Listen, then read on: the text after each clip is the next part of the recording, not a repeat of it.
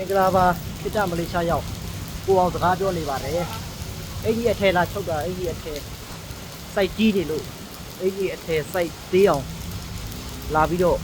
အဲ့ဒီလာချုပ်တာပဲဖြစ်ပါတယ်မလေးရှားနိုင်ငံဂျိုဟိုးပြည်နယ်တရမှာအိန္ဒိယပါကစ္စတန်စတိုးတိုင်းကိုရောက်ရှိနေတာပဲဖြစ်ပါတယ်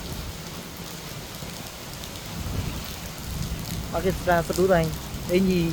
ထဲလာချုပ်တယ်အင်ကြီးတွေကြီးတာတွေကိုစိုက်လာသေးတာပဲဖြစ်ပါတယ်စိုက်ကြီးနေတော့စိုက်လာသေးရ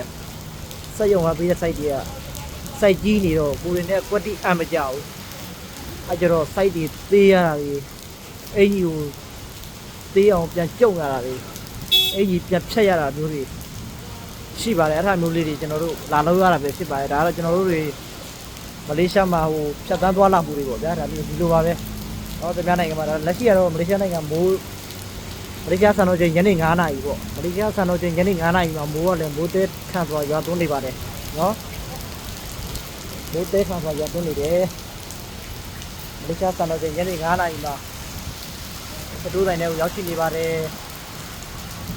မလေးရှားစံတော်ချိန်ညနေ9:00 နာရီမှာမိုးကလည်းမိုးတဲထန်စွာရွာသွန်းနေတယ်နော်အဲ့ဒါကြောင့်မို့နိုင်ငံခြားမှာစက်ရုံတွေများစွာရှိတယ်စက်ရုံတွေအများကြီးရှိတယ်ကားတွေများစွာရှိတယ်ကုန်တင်ကားတွေဘောက်ကားတွေတွဲကားကြီးတွေများစွာရှိတယ်အဲ့လိုမျိုးတဘာဝစက်ရုံတွေများစွာတွေကမှယခုလိုမျိုးကားတွေကလည်းများစွာ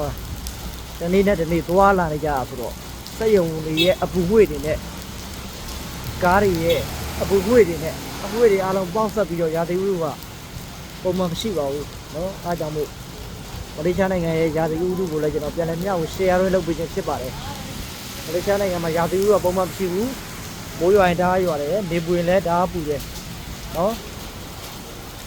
မိုးရွာရင်လည်းဓာတ်ရွာတယ်နေပူရင်လည်းဓာတ်ပူတယ်နော်ဒါတော့နောက်ကကောက်သီးမင်းသားကြီးနဲ့ကျွန်တော်ကောက်သီးလာရိုက်တာတော့မဟုတ်ပါဘူးအဲ့ဒီအထယ်လာချုပ်နေတဲ့ဗီဒီယိုဘလော့လေး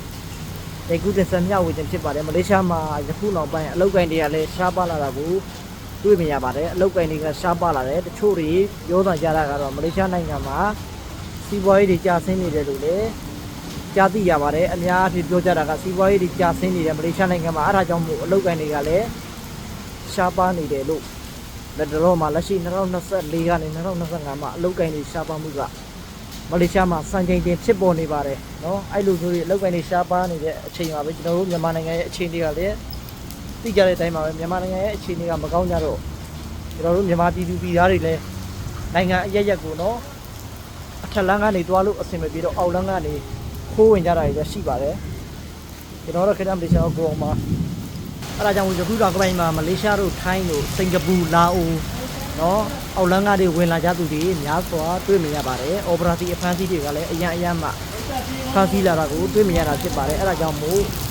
နိုင်ငံခြားကိုလာမယ်ဆိုရင်အထောက်အထားပြည့်စုံမှသာလာရောက်တာအကောင်းဆုံးပဲဖြစ်ပါတယ်အထောက်အထားပြည့်စုံမှအနေနဲ့ကင်းဆုံးအနေနဲ့ကင်းပါတယ်အောက်လမ်းကနေတရားမဝင်လာမယ်ဆိုရင်တော့မလေးရှားထိုင်းအိန္ဒိယလာအိုမှာဖမ်းဆီးအရန်များစွာတွေ့မြင်ရပါတယ်အဲ့ဒါလေးကိုပြန်လည်မျှဝေ share လုပ်ပေးလိုက်ပါတယ်ကျွန်တော်တို့ခေတ္တမလေးရှားကိုအောင်ပဲဖြစ်ပါတယ်အားလုံး bye bye